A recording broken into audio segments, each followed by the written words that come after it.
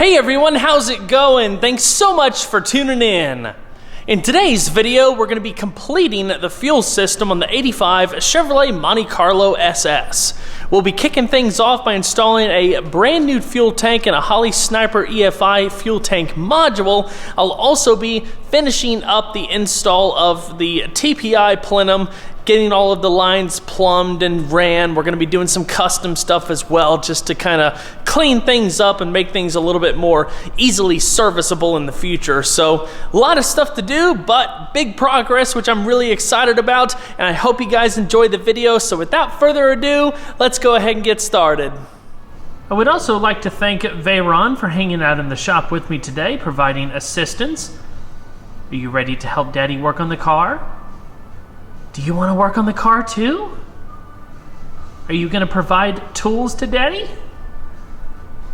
Are you a good boy? Yes, you're a good boy. Good boy. All of my lifts are currently taken up with various projects at the moment, so we're going to kick things off by installing these new QuickJacks that I just got. I've actually had a set of QuickJacks for a number of years now, but they just came out with this updated model, so we're going to give it a try. It's supposed to have increased lifting height, extended reach, better hydraulics, just an overall improved design. And these are really cool because they're essentially portable hydraulic lifts. And it's a whole lot safer than trying to jack up the car on jack stands and all of that. I absolutely love these things. So let's go ahead and unbox all the parts and get this thing put together.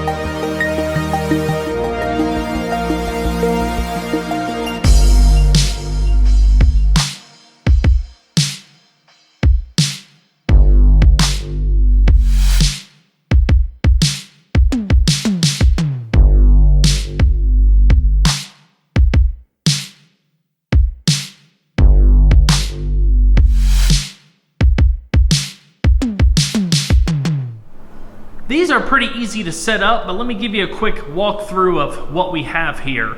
These particular jacks are rated for 5,000 pounds. They have some that are weighted higher and some weighted for lower. Just depends on what you're going to be using it for primarily.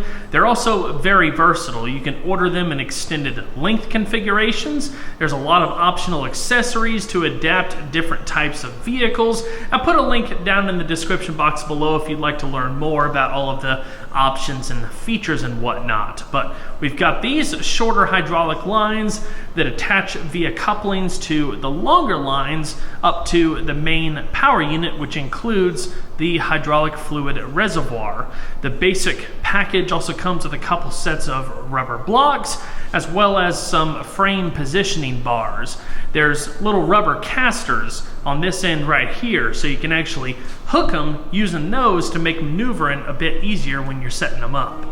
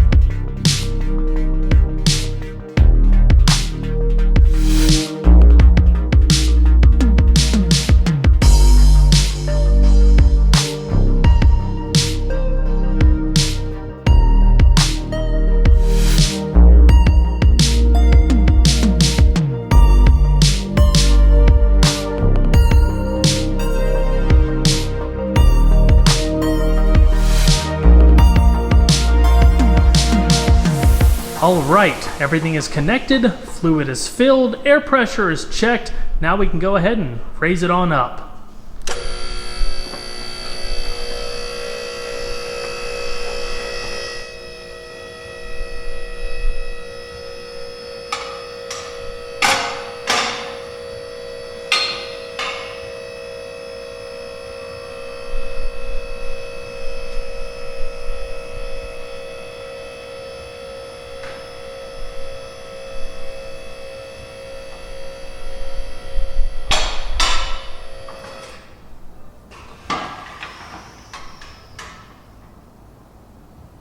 Now this is awesome. I can't remember the exact height difference between what this raises up to and what my older ones raise up to, but these are noticeably different, and it's gonna make all the difference in the world working underneath this thing.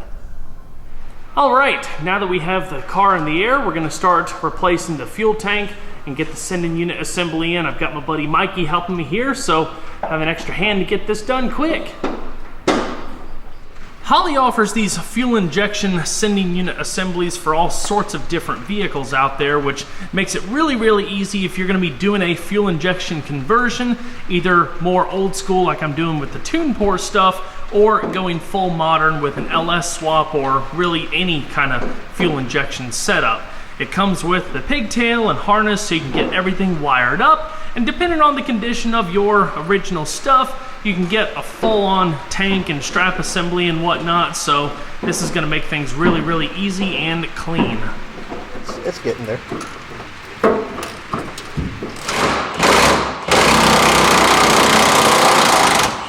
Very nice. Woo!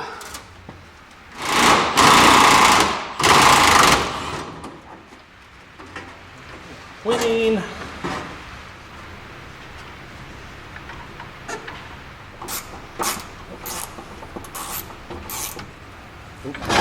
There it goes.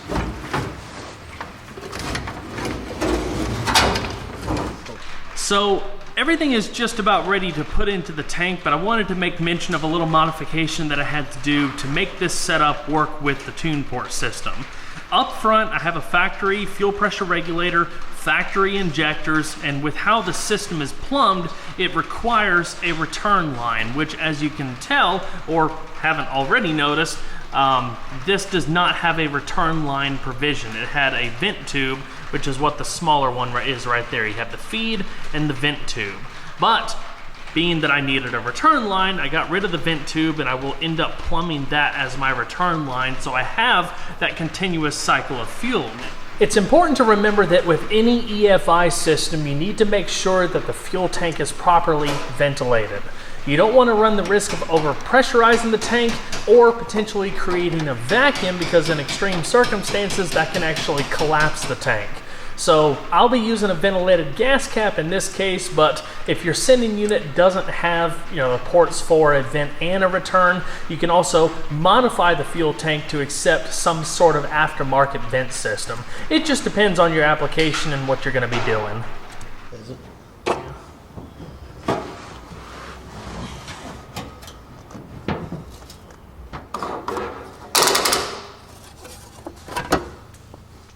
All right, the new fuel tank is in and looking good. Now we just got to turn our attention to the front of the car to plumb up the TPI systems and do our line modifications. Now let me explain how all of this works. These are your two primary fuel rails. From the factory in a Camaro or Firebird, the two fuel lines, both the feed and return, would have come up the motor this way. You'd have the feed going into this rail, and the return line would attach in a couple places on top of the rail and go into the fuel pressure regulator. There's not enough room to do that front setup on the Monte Carlo with how I've got the accessory drive and stuff, and we wanted to clean things up a bit, so we did a few key modifications. The first thing being, we got rid of these rails entirely. So instead of the feed line right there, we've got it plugged off, and then where the 9th injector port would have been on this rail right here, we've got an AN fitting for the feed line. So it's actually, or everything's actually going to come up the back of the motor now. The return line is still going to come out of the regulator right here, but we modified the original line to where it would still attach to the rail in one spot, but it would wrap around, go into an AN fitting, and come out the back just like that one. So it's going to be pretty sweet. We don't have, or I'm not going to have the EGR valve here anymore, so we're going to have more room and whatnot. Yeah, it's going to be a very clean look.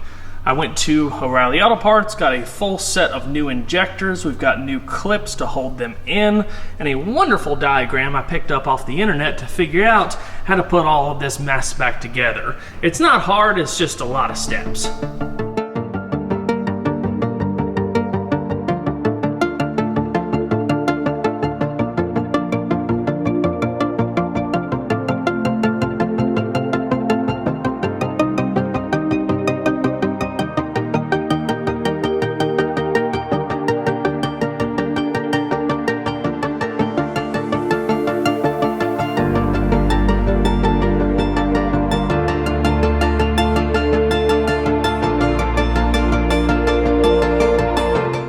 So here's the completed rail assembly. I've got all the injectors in place. There are these little silver clips that hold them, secure them to the rails themselves that I didn't show, but everything is in and clamped down.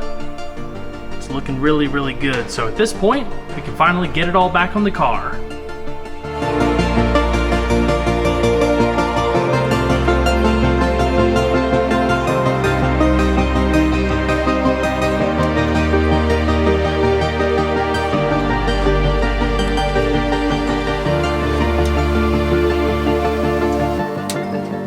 Alright, I just finished making the AN lines for the fuel feed and return.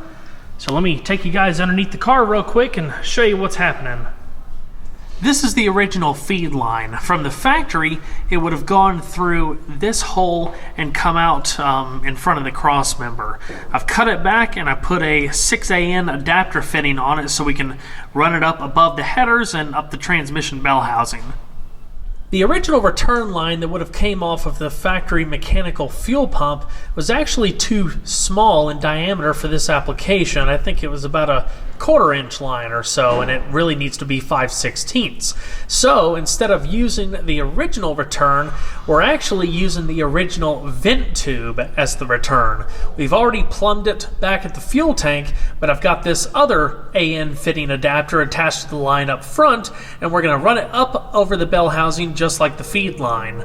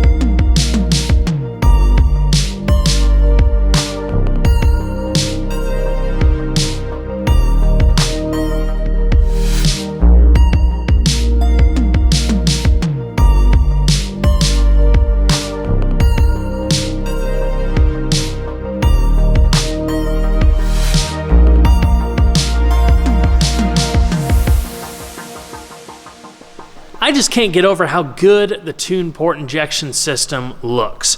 It was already a really cool setup when it was offered from the factory in the Camaro, Firebird, and Corvette, but especially in this car, when you're able to simplify some things and dress up the engine in general, man, it really, really pops.